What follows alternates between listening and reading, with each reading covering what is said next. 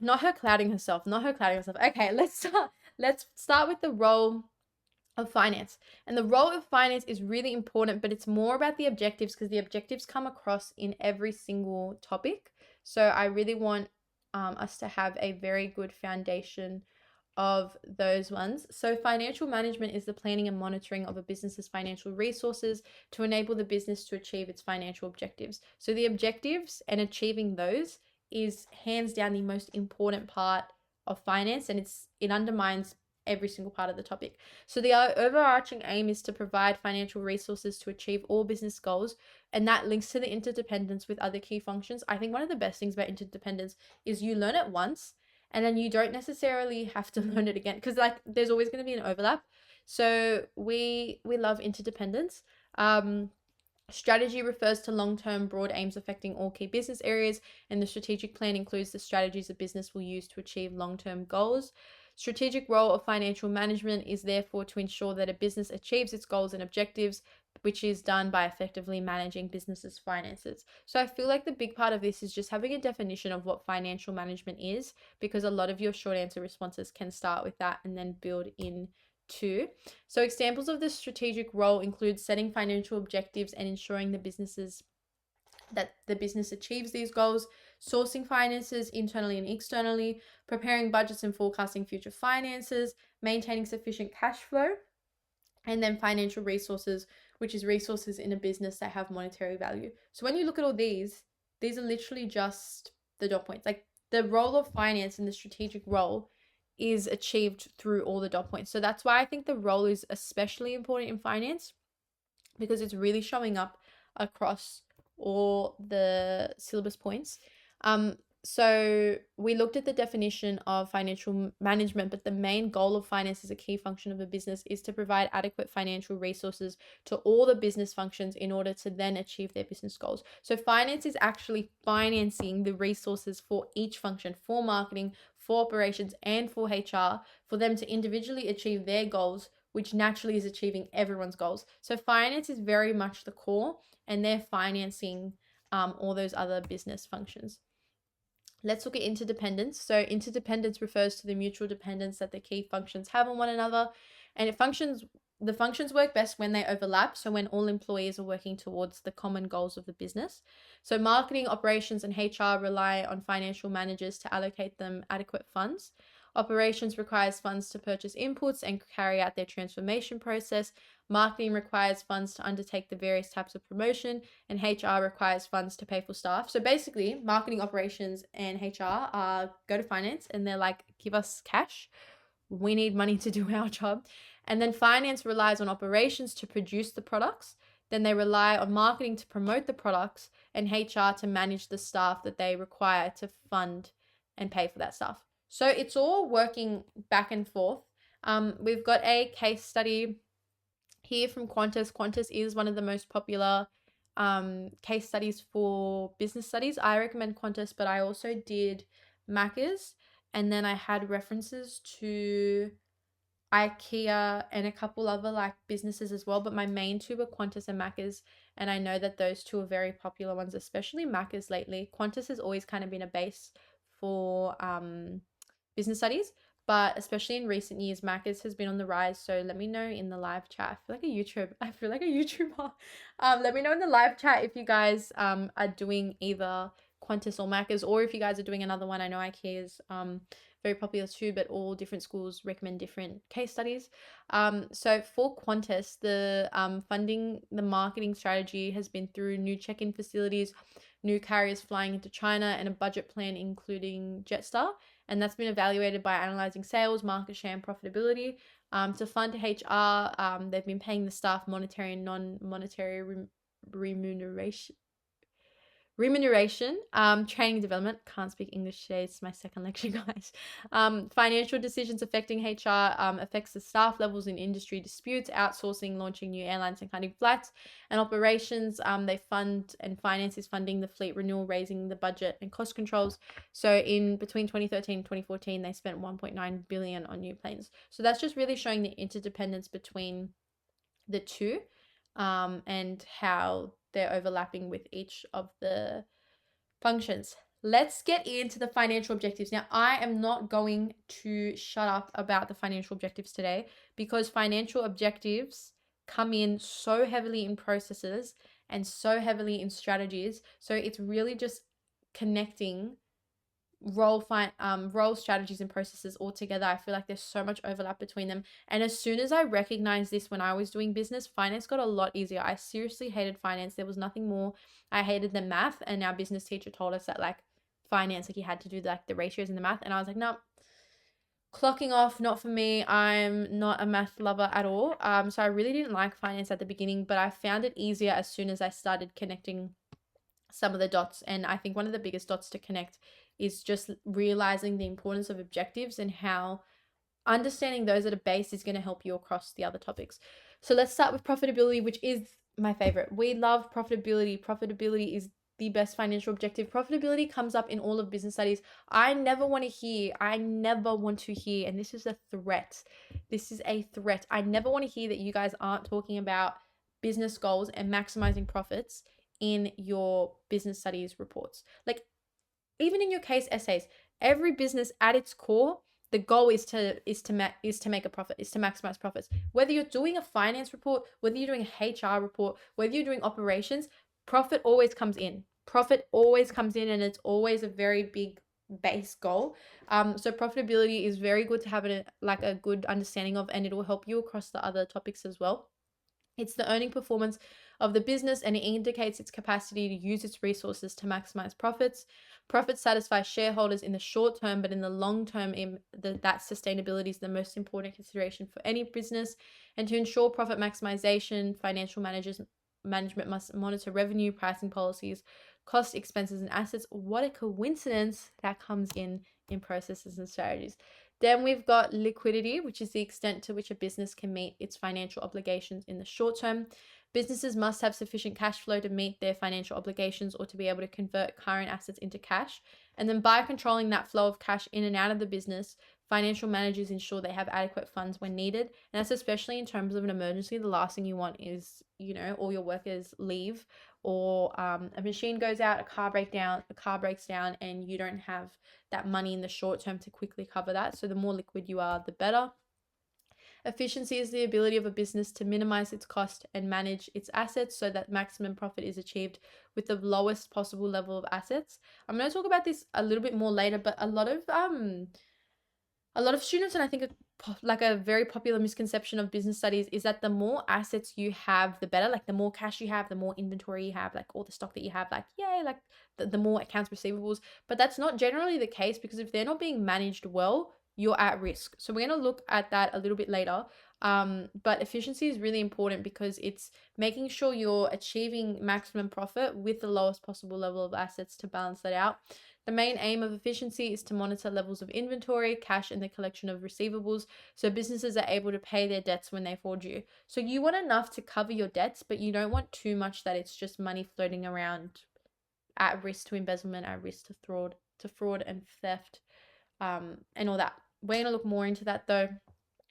Growth is the ability of a business to increase its size in the long term. Now, in terms of growth and its connection to the other topics, growth necessarily doesn't really come in processes or strategies. It's more connected with solvency, and that solvency is your ability to meet it in the long term, which then can help you increase its size in the long term. Those two are very connected. Growth depends on the ability of the business to develop and use its assets effectively to increase sales, profits, and market share. And growth is measured through the number of stores the business operates.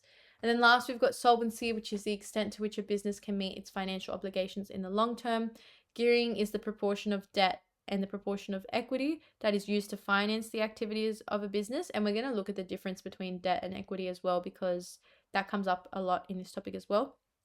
So the connection between the two is that businesses measure how solvent they are. So they measure how able they are to meet their obligations in the long term through the gearing. And gearing is just the percentage of assets that are funded by external sources, like debt. So we're going to go into all of that, but I hope that you can see that a lot of these ones are really just coming in the processes, and especially in the ratios.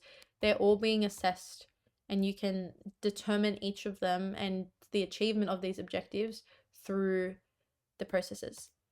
So let's look at some case studies. We've got Qantas, our fave. So for liquidity, Qantas operates on a negative working capital position, meaning they hold very little reserves and use the cash received to pay long-term debts and reduce interest payments. Qantas has facilities in place for such a standby facility of $300 million to draw cash when needed to pay creditors. So they've got that facility where if they need the cash, they can draw 300 million of it. But they work on a negative working capital position so that they don't actually hold those assets very much at all. Like they're holding very little reserves, and the use of cash is paying off long-term debts and reducing interest payments. So they don't actually hold on to those assets as much. And you'd think, oh, Qantas is they're making crazy profits. They've got so much money, but they're still not holding on to their assets. And that's really at that point where the more assets you have, it's not necessarily a good thing. You're much better off managing them and balancing them and monitoring those assets. I'm so sorry. My nose is like so itchy. So you're going to see me like scratching it half of this lecture. Profitability at Qantas in the airline industry is relatively poor. So in 2014, due to high fuel prices and weaknesses in the domestic airline industry, Qantas suffered a major loss of $646 million. In 2017, it turned around and reported a $1.4 billion profit. And it shows the effectiveness of Qantas' recent financial strategies, specifically its cost-cutting measures via their transformation plan. And you can look in the case studies. You don't even necessarily have to use them from other people's notes. If you're bothered, you can always search up online examples as well. And there's so many online statistics that you can find. But I think for profitability, it's good to show a difference of how maybe at one point they weren't too profitable, and then with time they were. COVID is so good to bring up in business. I'm sorry, my grade, we were affected by COVID, and you guys would have been as well. But I brought in COVID at any point in business reports, in case study essays. I was like, due to the influence of the COVID-19 like virus, like epidemic, like bring it up. And I think especially for case studies, you can show how, like, obviously during COVID the airline industry was relatively poor profitably because people weren't traveling and couldn't travel. And then you can show how since restrictions have been lifted, there's been a growth in how they've become more profitable and how they've worked with the government to become more profitable, all of that. But I think COVID, like, we're gonna use it. It happened to all of us. We're all victims of it, so we're gonna use it in our business studies reports and our answers. Even in short answers, I feel like every single business was affected by COVID. Some businesses for the better, a lot of businesses for the worse with the closures, but others for the better. And when you look at like online businesses and how many businesses were forced to turn online after COVID, but now are completely online, there's so much you can talk about with COVID. So I definitely recommend that if you're struggling with case studies or just making those connections. I think COVID is, I was about to say I think COVID is great. No, but I think COVID is a great way that you can like maximize case study responses and bring things up. For efficiency, Qantas's efficiency has increased in recent years due to decreasing total expense ratio. This has been driven by the introduction of new and efficient aircraft such as the Dreamliner and new IT systems. So again, this is role of finance, but we're bringing up the expense ratio, which is a process. So it's just showing the overlapping between the two. And that's why I think having a base of these is important. In 2014, for growth, Qantas cut costs and ordered for new planes, specifically in Asia. But because there's been bounce backs in profitability, they've been introducing new routes, such as its direct flight from Perth to London. So that's already showing the growth. And then for solvency in 2014, Qantas's gearing rapidly increased due to its falling profitability. However, their recent turnaround in profitability enabled them to reduce their net debt. As a result, Qantas has reduced its gearing, making the airline more financially stable, evident in their improved credit rating. So in terms of the case studies, these are just some examples, but having just a base understanding of what these objectives are really goes a long way in business studies, because what you'll find, and what I'm going to show you guys, especially when we come to processes and strategies, is that there are specific ratios for each of these objectives, and then specific strategies that you use for each of those ratios to achieve each of these objectives. So there's very much a connection between the three, and finding out that connection can really just help you identify, okay, which strategy should I use, which process should I use, what should I talk about, because it's not always specified in the exam, and that's where you can fall into mistakes. So let's look at this one, guys. It's answer in the chat. Solvency is the ability for a business to, is it A, maximize its profit, B, increase its market share, C, meet its long-term financial commitments, or D, meet its short-term financial commitments. So let's leave it in the chat to all those watching live. My advice for multiple choice is do as many as possible, because like I said, the exam's been around for over 10 years. So I can't do maths, guys, but there's so many past practice questions that you can try. And the more multiple choice you do, the more confident you'll feel with it. I really don't recommend taking multiple choice for granted. I think multiple choice is such a steal in business studies, only because like multiple choice is 20 marks and the answers are all there. You just have to make sure you pick the right one. I know that's like easier said than done, but in that compared to a 20 mark business report, like on the spot, you've got no clue what they're going to ask. You've got no clue what topic they're going to ask. I just think that making use of the 20 multiple choice is so important, because getting 20 out of 20 there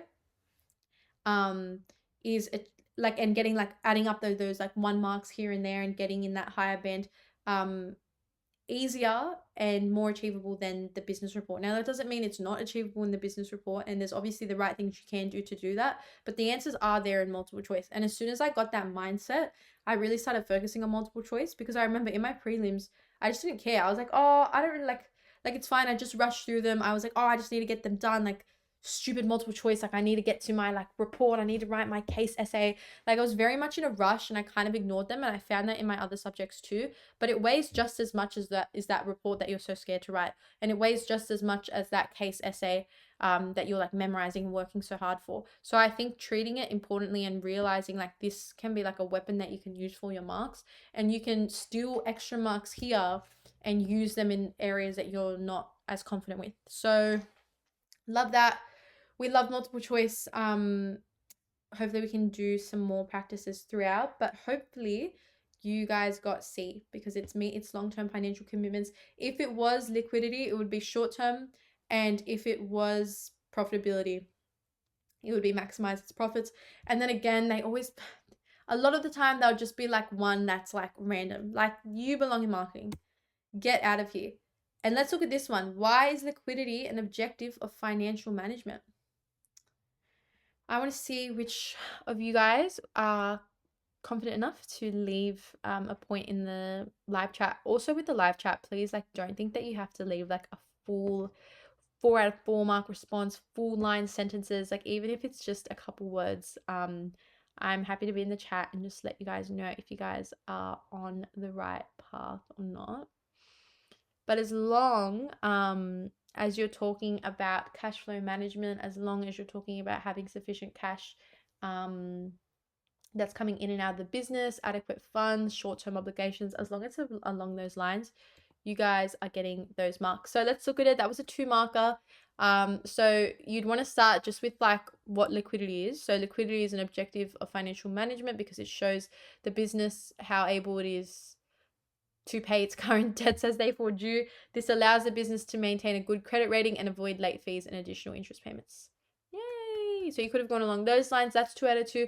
But again, if you were talking about having adequate funds, having cash flow management in and out, you also would have gotten 2 out of 2. And this is the thing with business studies, that as long as you've got your base definition and like a good fact after it, you're going to get the marks. You're going to get the marks. Now let's finish with this learn to, which comes directly from the syllabus. Now, learn tos are ignored a lot of the time because we're so focused. There's so many learnabouts. Now, learnabouts are like all the points, like the role, the processes, influences, and strategies. Learn tos are on top of there, and there's a couple learn tos for each topic, but added up together, there's quite a few learn tos. And learn tos are like these full lines where it's like, examine the potential conflicts between short-term and long-term financial objectives. In the beginning of business studies, I was really ignoring the learn twos. Like, my teacher kept saying, oh, the learn twos, oh, the learn twos, oh, the learn twos. But I was like, okay, look at how many dot points I have to study. Like, I'm not doing extra work. This is all more to do.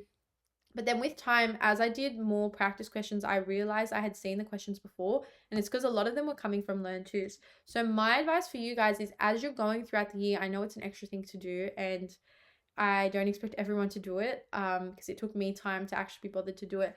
But take the learn twos and just write, even if it's just in dot point form, just write some possible answers to them, because what you'll find is that in the short answer questions, they're taking the learn twos word for word. And a lot of the business reports and the case study essays are using the ideas from the learn two. The learn twos are the main goals that the syllabus and curriculum writers wanted you to gain, and the main learning outcomes they wanted you to have by the end of the topic. So it just makes sense that they'd use those and assess you on those to make sure that you've learned how to do that, and then they can use that to assess their own curriculum and their own syllabus and what needs to change. Can you tell she's becoming a business studies teacher? Can you tell she's studying teaching? But this is literally what we're looking at uni, like in my teaching degree, and a lot of it is the syllabus and the significance of these learn twos. So I really stress to you guys, I've got some insider knowledge. The learn twos are game changers in business studies. Even if you're not bothered writing full paragraph structured responses to them, if you just have a couple dot points like these ones here for each of them, and before exams you're going through them, I promise you that that's going to help out with your marks and really just consolidate and give you that confidence. A lot of the time the learn to questions are looking at those harder topics as well, and this is easily like a 6 or a 5 mark question that you could get in short answers. So let's answer it together, guys. So this one's examine the potential conflicts between short-term and long-term financial objectives. For short-term tactical goals are 1 to 2 years, and operational goals are day-to-day goals. These goals are reviewed quite regularly to see if targets are being met and resources are being efficiently used. So again, they're very they're set in like a short-term period, so naturally they're going to be reviewed regularly in that short-term length, while long terms are strategic goals, which are 5 years plus for a business, and they're really broad goals in which each broad goal requires a series of short-term goals to assist in meeting that long-term goal. So there's an overall long-term goal, but to achieve that long-term goal, we need to achieve all these little things first. And that broad goal is pretty broad. And then, did I just say that broad goal is pretty broad? I would think so. That long-term goal is pretty broad. And then their progress is reviewed annually to determine if changes are needed. So instead of reviewing it regularly, it's reviewed annually. So when you're looking at the conflicts between them, a big thing you'd say is that the short-term goals are on a 1 to 2 year or day-to-day basis, depending on whether they're tactical or operational. And because of that, they're reviewed regularly. They're also more specific because they're set in that shorter time period. So they do have that ability to have more detail and be more efficient, while in the long term they're much broader. They're strategic goals, so they're 5+ years, and because they have that longer term meeting, they're reviewed annually. That's the difference. That's done. There are your marks. That's your response. And guys, this is how much love I have for all of you and for business. I wanted to give you guys an exemplar just so you can see if you guys aren't bothered, and I wanted to also give you this so you can see that there's no like one way to answer the learn twos. You can answer the learn twos and put it into dot points if that suits you, or if you're bothered, or if you honestly just prefer having a full response to it that you can read and study it, you can write one. So again, these slides are downloadable if you're not looking to download the slides right now, or if you even just want a screenshot to add to your notes. I recommend it only because this is a learn to answered for you, so you don't have to do it by yourself. But this is an example response, full marks exemplar. For example, with the long-term financial objective of growth and expansion, businesses must assess its asset structure to increase sales, market share, and profitability. Expanding the business will broaden customer reach and increase engagement, providing benefits in the form of increased sales and long-term profitability. Business growth opens up favorable financing opportunities, attracting investors who can assist in providing additional funds when needed. However, in funding the business's expansion, there is an additional liability that needs to be paid. If the funds required for business growth and expansion are sourced using external debt instruments, then interest also needs to be paid, thus lowering solvencies while increasing gearing. This decision to pursue long-term growth may cause conflict with short-term objectives such as profitability and liquidity. As a result, cynicism among shareholders and investors may arise as the increase in interest and additional financial expenses impacts on the business's profitability and their ability to maximize their return on their investment. So this one is very exemplar, clearly, and it's bringing in very specific goals. So this is more just like a general understanding of the conflicts, but this is linking them to the financial objectives, and the long-term financial objectives are solvency and are growth, while the short-term ones are liquidity. Profitability can go across both because you want to be profitable in the long term, but you also want to be profitable in the short term, and then efficiency. So just splitting up those objectives and just understanding how they can be long term and how they can be short term. But naturally, liquidity, which is meeting financial